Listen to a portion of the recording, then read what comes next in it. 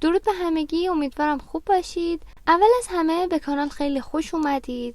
راستش این ویدیو اولین ویدیو یوتیوب منه و خب ضبط کردنش هم راحت تر از چیزی بود که فکر میکردم.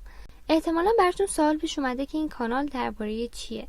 راستش زندگی پر از لحظه‌های عجیب و سوال‌های بی جواب و آدم‌های گیج کننده اطرافمونه و همیشه یه سوال‌هایی تو ذهنم بود، مثل اینکه چرا گفتن نه انقدر سخته، یا چرا انقدر همه چیز رو توی ذهنمون بزرگ میکنیم، چرا بعضی وقتا به جای اینکه درست جوابمون رو بدن فقط یک که میفرستن، و اصلا چرا نظر بقیه انقدر روی ما تاثیر میذاره.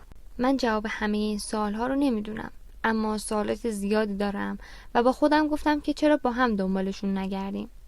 قبل از اینکه ادامه بدم یه چیزی رو هم میخوام اضافه کنم. فکر میکنم همه ما ایرانی ها تو این چند سال اخیر روزهای خیلی سختی رو پشت سر گذاشتیم. متاسفانه هموطنهای زیادی رو از دست دادیم و داغشون همیشه با ما میمونه و هیچ وقت هم فراموششون نمیکنیم. و به یه چیزی عمیقاً باور دارم، اینکه زمین میچرخه و دیر یا زود عدالت همراه خودش رو پیدا میکنه.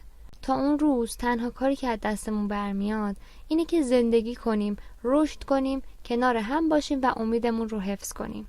حالا برگردیم به موضوع کانال. اگر شما هم به داستان‌ها و تجربه هایی که هممون یک بار تجربهشون کردیم و حرف زدن راجع به زندگی عجیب غریب خوشتون میاد، جای درستی اومدین.